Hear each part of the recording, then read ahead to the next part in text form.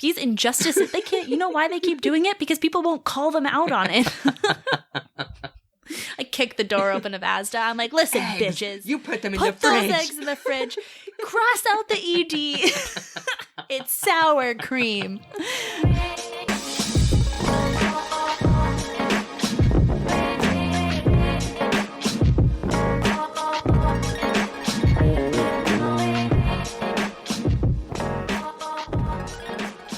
Alrighty, hello and welcome back to another episode of New to the City. Tell me, girl, what's up? I feel like you have alrighty and gosh, and I need a catchphrase. The thing is I never really understood how much I said gosh until you pointed it out, and now when I'm editing it, every time I hear it, I go, I really do say it quite a lot. Gorsh. Like goofy. I'm like, am What I really should my that dorky? catchphrase be? It's all about DESCHENES. It's all about me. No, my catchphrase is "Don't tell me what to do," and I know this, but I need an approachable one, like one that makes people want to be my friend. But I don't think that's really like your unique aesthetic. Like, no, like you don't need to feel like you need to be obligated for people to come and want to talk to you. So put that into a slogan, and that's me. I don't feel obligated to make you feel like you should want to talk to me. That's on my dating profile. It's so weird. You should just take the first letter of every single one of those and try making a word out of it. Oh, for another day. I'm busy. I'm busy. That's my catchphrase. To answer your question, I'm good. How are you? I am. Yeah, no, I'm good. Good. I know that the rise in my voice and the octaves that I was speaking in say differently, but no, I am. It's like that meme where it's just like that thing just like sitting in a room and there's flames all around it. No, you know what it is? It's the thing I hate more than anything in the world. Face. It's that regular face smiley emoji with no emotion and dead eyes. Oh my God, I literally just started sweating. I hate that emoji so much. I hate him. He is looking at me. He's judging me. I forget how much you hate that until I send it. You use him so much. Because for me, it's like a very like endearing, like I'm not too happy. Like I'm not like overly elated about what I'm sending, but like I'm content. So I'm just going to send a like cute little smiley. But for you, I think it's a completely different story. And every time that I send that is like, I forget how much you hate it. I literally think you're mad at me every time you send that smiley face. I'm like, say it to my face, Joey. What are you doing? What's going on? Oh my gosh. No, I am good. I officially gave my 2 weeks at work. Which is such a stressful thing to do, right? The last time I kind of gave like a full like 2-week resignation was when I was 16 and I was working at a grocery store. Like that was the last time I've officially given a 2-week notice. And someone who is now a fully formed adult, well, I'm going to say fully formed, I'm totally not, but you're not. Someone who has experienced a little bit more life and have gained a lot more social anxiety.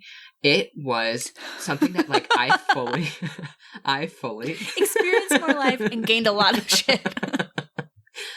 I fully was, like, up at night sweating, like, being like, what are these people going to think of me? Like, are they going to think I'm some sort of traitor?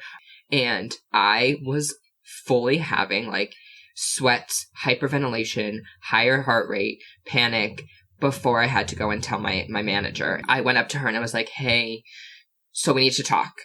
And she was like, you're not leaving, are you? And I said, I am. And she was like, oh my gosh, I am so happy for you. And I was like, okay, good. Oh I was like, wait, God. I'm sorry, what? Like you don't hate me? And she was like, she's like, I didn't think you were a career Joanner. What do you call each other? Fabric sluts. That's what I would call myself.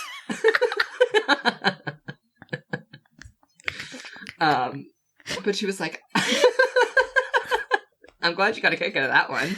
No, that was really funny. I really enjoyed that. Well, you know, I have like the emotional maturity of like an 8-year-old. So fabric slut is just. Yes, I am a self-proclaimed fabric slut. But she was like, I'm so happy for you. You must be so happy. Like, you know that we're going to miss you, but that I'm actually so, so happy for you.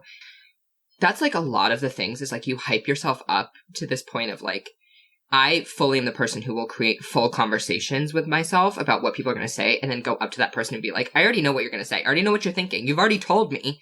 And they haven't. It's fully just my own conversation in my head. It was like, it really was really sweet and it was really nice. And I gave my 2 weeks because I was like, we're definitely rounding the end of the application process. And which I don't have too much of an update on that. But we're rounding the end of it. I was like, I have a few shirts to sew before I leave. I just have to get my life together before I leave. And you know what that's about. But I have to get myself together before I leave. And I'd rather not be working and worried about doing all of that while I do that. So yeah, it's like mentally draining.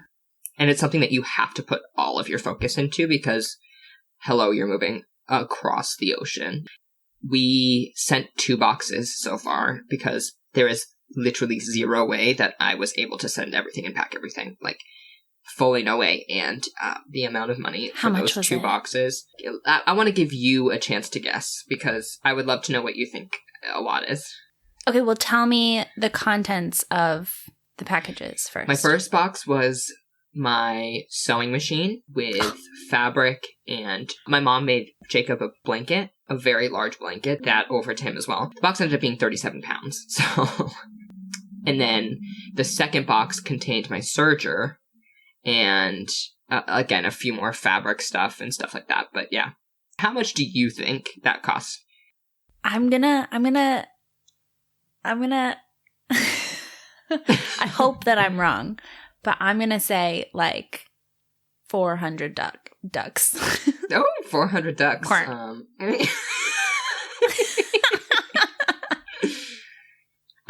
The fact that you are right on the money is so impressive. It was just under $400. Well, I travel for a living, so that's amazing. And when I say amazing, that's amazingly disgusting. Oh, I know. Yeah. It was like I have to mentally prepare to know that like I am moving. I am physically moving my entire life. It's not just like us going on a contract, or it's not just like to another state. It's moving across a whole ocean. That's going to cost money. And it's not even like I know that I'm going to be here for 2 years. You are moving like forever. Fully. So you got to do what you got to do, you know? Maybe next time don't buy another sewing machine. Don't just buy consider it. Any sort of machinery. Stay away from the machinery. Granted, it's like the gayest machinery ever. Super gay. It was my half birthday yesterday, and I celebrate my half birthday. The older I get, the more I think suddenly it's not appropriate anymore to celebrate your half birthday. You know what? It's always appropriate to celebrate you. Well, that's what I'm thinking. I don't care. You know what? If you can't find an excuse to celebrate yourself, then like, what are you doing? Something's wrong. Right. I think everybody should take a second and celebrate 6 months that you're still alive. 6 months till you get a year older. You know what I mean? It's a big deal. And really, I've done this since I was probably like 13 or something. And it's never big. It's never like huge. But my birthday has like historically always been really shitty. And so eventually I just decided to like take matters into my own hands and celebrate my half birthday instead, because I wanted at least like one good day in the year. That was like my birthday kind of thing. So now really it's just an excuse to like go and get a fancy dinner and like reevaluate my goals, where I'm at, where I want to be, like halfway point until like the next year. And yeah, so I told my roommates, and I'm going to make fancy gin cocktails, and my roommates bought like little snacky snacks. So after we're done recording, we're going to go and celebrate my half birthday in the living room with all my roommates. That's so exciting. Yeah. Celebrate yourself. You know what?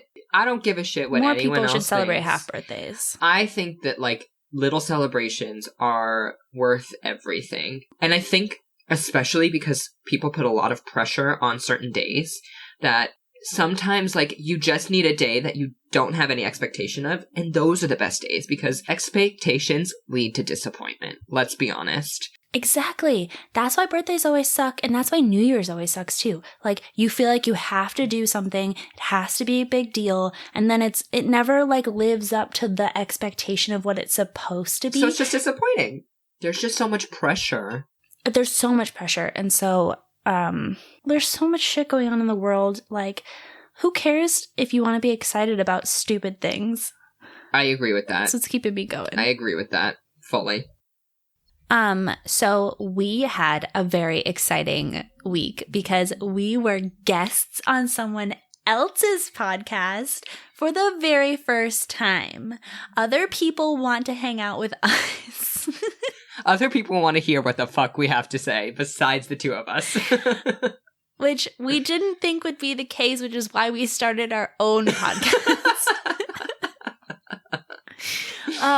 And everybody should go listen to it. It's my friend Michael, and his podcast is called A Little Something Gay, and definitely go listen to it. But obviously listen to this podcast first and then go and listen to his podcast. But we talk about, oh my God, everything. I mean, it was honestly so much fun, and I think that you guys would definitely understand that when you listen to the episode. Oh my gosh, we put the world to rights.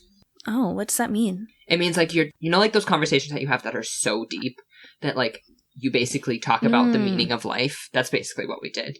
That's honestly like that's such a good phrase, first of all. I know, right? And that's something that I really love about Michael's podcast. Like, he gets into such good conversations about like, gender identity. And no, the queer experience. Like the queer experience. And it was so nice for me to have a conversation with both of you about your experiences and your point of views, and because I value both of your opinions so much. And yeah, I had such a good time. We had a lot of laughs. It was and so great. We got to talk about Drag Race. Yes, we did. I had opinions. So again, it's A Little Something Gay. And do you want to link his podcast in the show notes? I will link his podcast in the show notes. Let me write that down in my my planner. Oh my God. But again, can't stress this enough. Finish listening to this podcast first. Yes. I want to give myself the smallest pat on my back because I have kept my planner updated for the past week and a half. Every day, I sit down at night, and you know what? In the past week and a half, I have felt more productive purely based on the fact that, like, I can look at what I wrote down and check it off. And it's something so unexpected that, like, I didn't even realize would up productivity in, like, my own life, or something that, like, would bring me so much pleasure and joy of literally just being able to sit down with my planner at night and check things off. And I feel like it's made me more reliable and more responsible. It has definitely changed, like, my mindset going into 2021, I think, quite a lot. And something so small and something so, I'm going to say, insignificant can change my mindset. That's so cool. Who knew that sitting down for 5 minutes every night and writing on a piece of paper would change my outlook on 2021? It's like practice makes permanent. I want to take a second and talk about the gin that I bought, because I haven't tried it yet, full disclosure, but that's what we're drinking tonight. So I cannot wait to update you next week. Yeah, because it comes with its own, like, it's called, what's it called? It's called Urban Rhino. And one of my friends from Royal started this company, or is a part of this company, and they, for every like bottle that you buy of this gin, they like take a percentage to save rhinos and like donate to, I don't know, decorating their horns or something. I don't really know. But at first I thought, I got it confused in my head, and I thought that we were talking about hippos. And I was like, well, hippos are fucking assholes. I don't want to save them. But rhinos are different than hippos. PSA, rhinos are different than hippos. And we like the rhinos. We hate a hippo. We've talked about alcohol a lot in this intro. But one of my favorite things about UK grocery stores, that I don't know what the laws are in Massachusetts, but I used to think that grocery stores in New Hampshire were so bomb because you could get like beer. But here, I can go to like my local grocery store and pick up beer, wine, champagne, liquor, mixers, everything, like mixed drinks. I don't give a shit. Yes. And then I just waltz back out. It's amazing. Mm-hmm. I'm just so thankful that it's so easy here to get so fucking drunk. I mean, it's the UK. I don't expect anything different.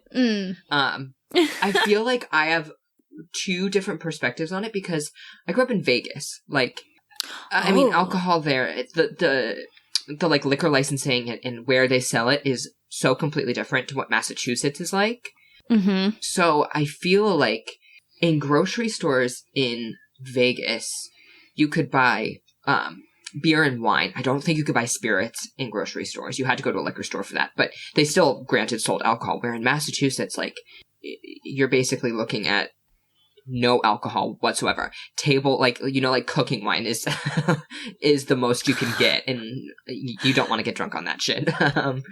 So I think that, like, when I went to the UK, it wasn't as much of a surprise to me because I was like, I think that's pretty standard. Now, having full spirits in the grocery store is like a little different for me, but for me, it wasn't as big of a shock. I think the thing that shocked me the most about like UK grocery stores were the prices, flat out.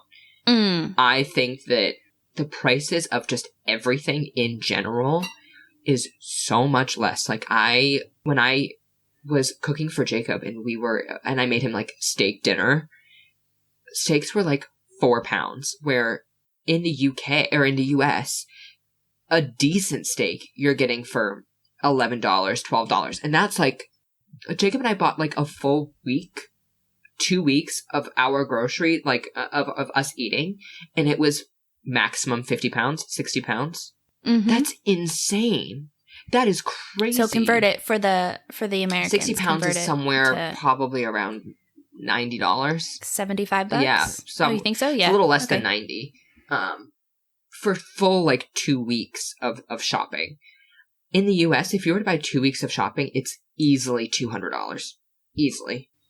Oh, like without even trying. Yeah. Yeah. I haven't really looked at meat prices here because I am trying to be a plant-based, vegan, non-vegan, whatever. I bought chicken nugs. That was my dinner. So, like, obviously I'm not doing very well. But it has astounded me how not only, like, accessible plant-based food is or, like, vegan options, but, like, there's just, as far as the eye can see, like, in every single aisle, it's like, without even trying, they're, like, shoving vegan food in your face. It's amazing. Like, in American grocery stores, you would have to like really, really hunt to find like what you were looking for. And I feel like I'm spoiled for choice here, which is amazing. Like it is so easy to be vegan basically, but like vegetarian or vegan. It is so easy here. Yeah. So I was a vegetarian in college and then I went to ships. And if you've been on a ship, you know that being vegan or vegetarian on a ship, especially being a dancer, is very difficult.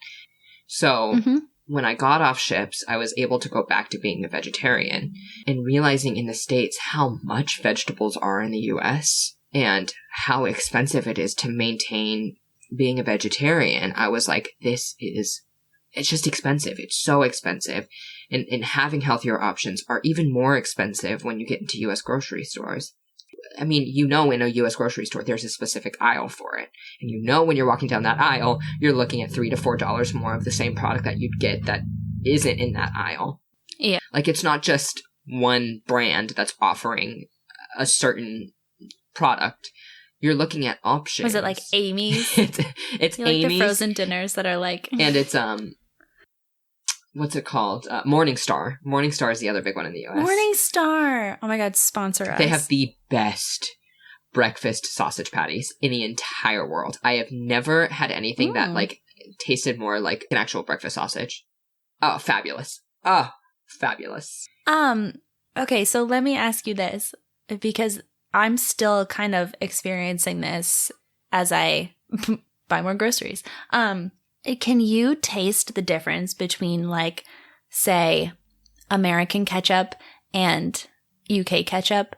Because I already have, like, a running list in my head of the things I'm going to eat when I go home to visit And number one is ketchup because it tastes different. And like there was a girl, I don't remember who it was, but she like shared this thing on Facebook and it was like, look at all this list of ingredients that like the UK bans. And like, why do we put all this stuff in our food? Let me tell you why. Because it makes it taste really fucking good. And it's bad for you. I'm in two complete minds about this. So absolutely 100%, there is a difference between pretty much everything that they call in the US and the UK the same. And in one part of my mind, the UK, I think, absolutely is healthier. Oh, yeah. There's no argument about that. I mean, the amount of preservatives and the amount of, like, sugar that goes into US. It's the sugar. I mean, you look at every ingredient list in the US, sugar is most likely, what is it? The corn syrup is pretty much in absolutely everything, where in the UK there's everything like ending in ose is sugar. Yes, like sucralose and glucose and stuff like that. But also, like, we grew up eating that food. And so the biggest thing for me is, like, I eat peanut butter like it's going out of style. Constantly. The peanut butter tastes different here. Constantly am eating peanut butter. Like, it's just, like, one of my favorite things in this entire world. And the first jar of peanut butter that I opened in the UK, I was in full shock because it just tasted completely different. Yeah, that just happened to me the other day. I think that the UK's peanut butter is way more peanut based. And less butter based. Yes, I've come to I think I realize that, like, I think I feel a lot better when I'm in the UK because I think just the food in general is just so much better for me, but a part of me always misses the food in the US and in the way that it tastes just because you were raised on it. Can I tell you something? I have like a list of things that I've noticed are different in like preparation for this episode, and I wrote sour cream twice. That's how sad I am about it. And like, if you know anything about me, I fucking love Mexican food, and I love like dips and dressings and like things like that. I fucking love sour cream. First of all, here it's called soured cream, and that extra little ed at the end just really grosses me out. Like, why you gotta call it that? Why you gotta do that to me? It's sour cream. It's not soured cream. Why do I feel like I'm eating something really gross now? Also, the amount of things that aren't refrigerated here when you like walk around, like, first of all, the soured cream is in the international foods aisle, which is so fucking weird, but it's literally next to like tortillas. Like, it's not in the like where the milk is and stuff like that, which should tell you what's not in it. But yeah, so like, I don't know. I don't get what's wrong with sour cream that like they won't just be normal about it. And eggs not being refrigerated. Okay, so I was refrigerating my eggs, and I was noticing that I was the only person in the house with eggs in the fridge, and I was talking to Alex about this. We were FaceTiming, and I was like, bitch, I don't think these people like put their eggs in the fridge because I don't see any. And she was like, well, where do they, like, why not? And I was like, they're not even refrigerated in the grocery store. It's just like next to the bread. It's just eggs. I was in full shock. I was like, I told Jacob, I was like, so weird. Why are the eggs not refrigerated? And he goes, what do you mean, why are they not refrigerated? I was like, why are they not refrigerated? Why are your eggs sitting out next to the bread? You animals? I was like, what the hell? So I Googled it. I can tell you why. Because I found the answer. Oh, she's done her research. Some questions need to be fucking answered. These injustices, they can't, you know why they keep doing it? Because people won't call them out on it. I kick the door open of Asda. I'm like, listen, eggs, bitches. You put them in the fridge. Put those eggs in the fridge. Cross out the ED. It's sour cream. Oh my God. So okay, so the reason is because this is what Google told us. If it's not true, then hit a girl. I'm a liar. But they vaccinate their chickens against the bacteria that causes salmonella, and so that kind of eradicates the need for the eggs to be refrigerated. They can be, and that's fine, but they don't have to be. Oh my goodness. And that is the difference. That's so interesting. yet another point about how vaccines are good. How they work. We should do them. That probably was like, it's one of those things that nobody talks about. Like I didn't know that was something that I would have to prepare myself for. Fucking eggs. Absolutely wild. So I think something for me is like, I absolutely adore Indian food. And the difference between the cultural difference between how Indian food is in the UK versus how it is in the US is so prolific throughout grocery stores. And like, I don't think I really had an idea, because coming to the US and trying to look for things to be able to make that myself versus going and trying to look for that. Well, you don't even have to look for it in the UK. Like, down to, like, paneer cheese. They, like, hit you in the face with curry. Yeah. Paneer cheese doesn't exist in any grocery stores. I was looking at it at Stop and Shop, Market Basket. I was trying to find it, and you physically cannot find it. And, I mean, granted, again, Indian food, I think in the UK is so much more of a cultural... It's huge. Oh, there's so much of it here that, like, I get intimidated when, like, I still haven't bought any type of Indian anything because there's too much of it, and I don't have you here to help. Yeah, I'm overwhelmed every time I like go to try and find something. And then I just walk away and I go back to sour cream. When you were here, when you like first got here and you were grocery shopping, did you have that moment where you were looking for the chips and like the crisps and like the whole like word association? Like sometimes I'm scared to ask somebody where something is because I don't know if what I'm calling it is what they call it here, you know, like coriander or what do they call pickles here? It's like something Gherkins. Weird. Gherkins. There was I remember walking in and like, granted, I was shopping with Jacob a lot, so I kind of was able to see what the differences were before I even asked anybody. But I was by myself and Jacob was at work and I was going to get burrito stuff to make burritos. And I remember asking for cilantro and they were like, I don't know what you're asking for. And I was like, what do you mean you don't know what I'm asking for? I'm asking for cilantro. And they were like, I don't know. And I was like, okay, I'm so sorry. And I looked it up on my phone and because it's coriander. Okay. First of all, embarrassment. Definitely like, still trying to get used to walking in a grocery store and trying to find what I want to find and remembering that if I'm going to ask a question that I have to think twice before I ask it. Mm-hmm. Today I was looking for simple syrup to make cocktails with, but I mean, I easily could have Googled it, but I was in like a hurry to catch the train or whatever. I left the grocery store instead of asking someone if they had simple syrup because I was trying to think while I was looking for it. I was like, what could they call it here that's not simple syrup? And I was like, candy syrup or like sugar syrup. Yeah. And then I was like, fuck it, I'm tired. I'm going home. No, absolutely. There is such a huge difference between just like the words that they use. So what's a courgette? A courgette's an eggplant, right? No, a courgette is a zucchini. A zucchini. An aubergine is an eggplant. Right. Yeah, that's I mean, I'm not gonna lie. A lot of these I learned from Love Island. A lot of it I learned from talking to Jacob and him looking at me like I was an alien and being like, "What do you call it?" And I was like, "I call it an eggplant. Yeah. That's what I call it." When I was in quarantine and I couldn't go to a grocery store, I tried to order food from like a grocery delivery app.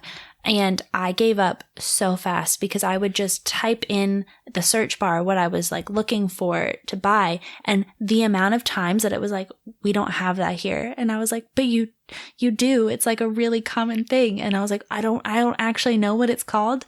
And so then I gave up. And I think now that I'm saying all these things out loud, I just tend to leave and I might starve to death here. Very good. I will continue to monitor your eating habits to make sure that you actually are supplying yourself with nutrition. At least I know how to drink gin.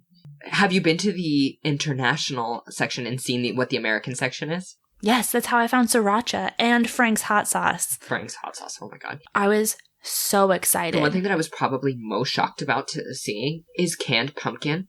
Oh, I didn't know. I didn't see that. They don't have canned pumpkin. And, like, I know. Oh, that's why I didn't see it. Jacob makes fun of me so much for, like, liking pumpkin. But canned pumpkin is just not a thing that they have in the UK. And I went to the international section and I saw it and I was like, why is this international? Like, surely you guys have it. And I went and they don't.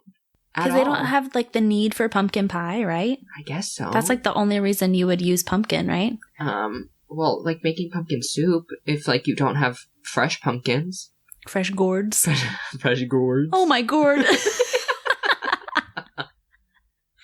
Can that be my catchphrase? I mean, sure. Oh, gosh. Oh, my gourd. The tomato soup here is so bomb. I missed it so much. They make it the same here that they make it on chips, and I loved it on chips. Mm-hmm. What about the candy here? Oh. The chocolate? Chocolate is by far way better in the UK than it is in the States. I love it. I mean. So much.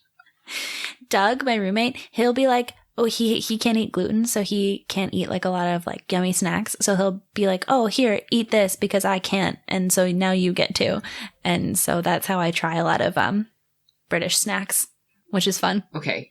Percy Pigs are also Little Cells off-brand Percy Pigs for, like, 89p. Jacob and I probably... You have to go to Little, apparently. Yes, you do. I don't think there's one near me. There is one. There's one right at Clapham Junction. It's, like, right around the corner from the Clapham Junction station. The sweets. The sweets here... Oh, the sweets. ...are just...